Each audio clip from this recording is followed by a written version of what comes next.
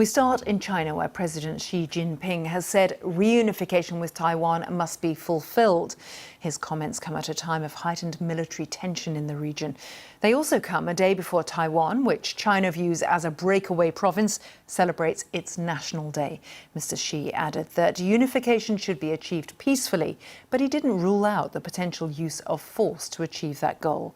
In response, Taiwan has said its future rests in the hands of its own people. Here's a little of what President Xi had to say. Unification is the hope of all Chinese people.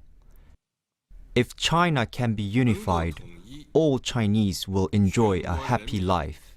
If China can't unify, everyone will suffer. So what are we to make of his remarks? Well, our correspondent John Sudworth is in Taipei. This was a very confident Chinese president saying not only must unification with Taiwan be achieved, but that it will be achieved.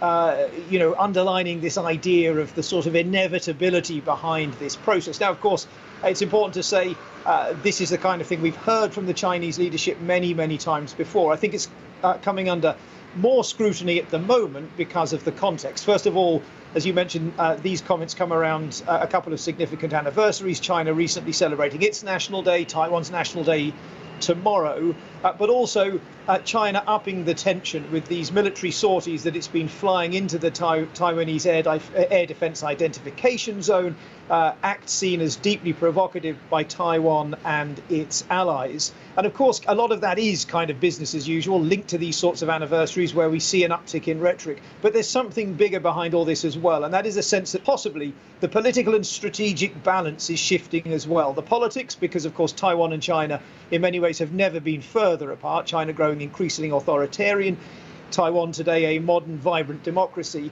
But also, as China grows more authoritarian, it is growing stronger, more wealthy, more powerful. It is updating its military. And there is a fear here in Taiwan that the strategic balance is shifting, and the day may not be too far off when, for China, eyeing the possibility of taking Taiwan by force, eyeing the possibility of an invasion, calculates that finally the benefits outweigh the risks, rather than at the moment what has kind of maintained the status quo, some people suggest, is that at the moment invasion for China is a very risky option.